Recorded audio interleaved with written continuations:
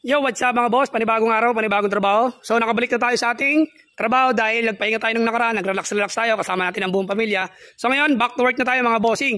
Ang update dito kay Force is, nagbaba tayo ng tangke. Kasi chinik natin yung busina niya mga bossing, hinanap ko yung busina, andito sa ilalim ng tangke. So ngayon, gumagana lang sa kanya, iisa. So dahil binaklas na natin yung tangke, chinik na rin natin yung wirings niya. So ang nakita kong problema sa wirings ng busina, ito. Putol yung terminal mga bossing kaya hindi gumagana parehas. So isa lang. Siyempre pinalitan na rin natin yung dalawa. So padinig ko sa inyo yung busina mga bossing. Ang lakas pa naman ng busina niya. So narinig nyo naman mga bossing, dalawa na yung gumagana no. So lipat naman tayo rito sa ating fuel line. Yan mga bossing, kung makikita nyo, bago na rin yung filter, yung linya ng hose. Tapos ito naka-electric fuel pump mga bossing. Maganda yung supply nito. So ngayon, pati yung linya rito sa baba, pinalitan na rin natin yung mga bossing. So ito lang, remind ko lang din po sa may mga unit at may mga box. So lagi nyo pong i-check yung inyong mga fuel hose. Yan mga bossing, nagkakrack yan. Buti na lang na-check natin dahil kung hindi natin ito na-check, ito yung isang cause ng pag-leak ng gasolina. Delikado, alam nyo na yun, pag na-click, alam nyo na yung kasunod. So pinalitan na natin mga bossing. Pati yung kanyang fuel filter, pinalitan na rin natin yan mga bossing.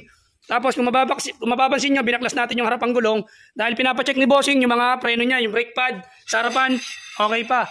Tapos pagdating dito sa likod, babaklasin din natin yung gulong niya, titignan natin yung drum brake, yung brake pad niya kung ano pa ba, kung ibabanding natin o papalitan. Kaya kailangan mas may na mabuksan to mga bossing. So check din natin yan mamaya. Pagdating naman dito sa wirings ng engine niya, malinis na po mga bossing dahil pinalitan din po natin yung mga terminal, lagyan natin ng insulator na kulay red para alam ni bossing kung saan yung negative at saan yung positive. So malinis lang po yung ating engine mga bossing no. Okay, yun ang ating update natin dito sa Force 356.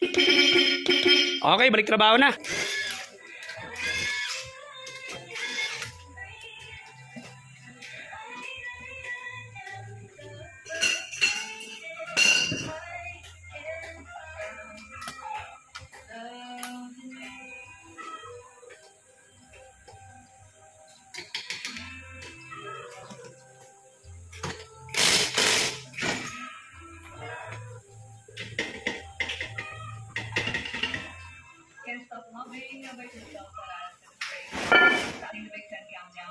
So ayan mga bossing, natanggalan natin yung gulong sa likod. Tapos yung drum brake niya, nabaklas na rin natin mga bossing. So wala siyang guhit-guhit. Sabihin okay pa po siya, tapos makapal siya. So lilinisan lang natin to, gawa yung mugbog ng brake pad. Pagdating dito sa brake pad, makikita nyo naman mga bossing, makapal pa. So makalawang lang, lilinisan lang natin siya ng konti. Tapos kakabit na rin natin mga bossing. So yung harapan ng gulong, okay pa. Pati sa likod, okay pa. So kahit gumagana yung box nyo o yung unit nyo mga bossing, lagi nyo pong i-check yung preno ha. Kasi yun po yung pinaka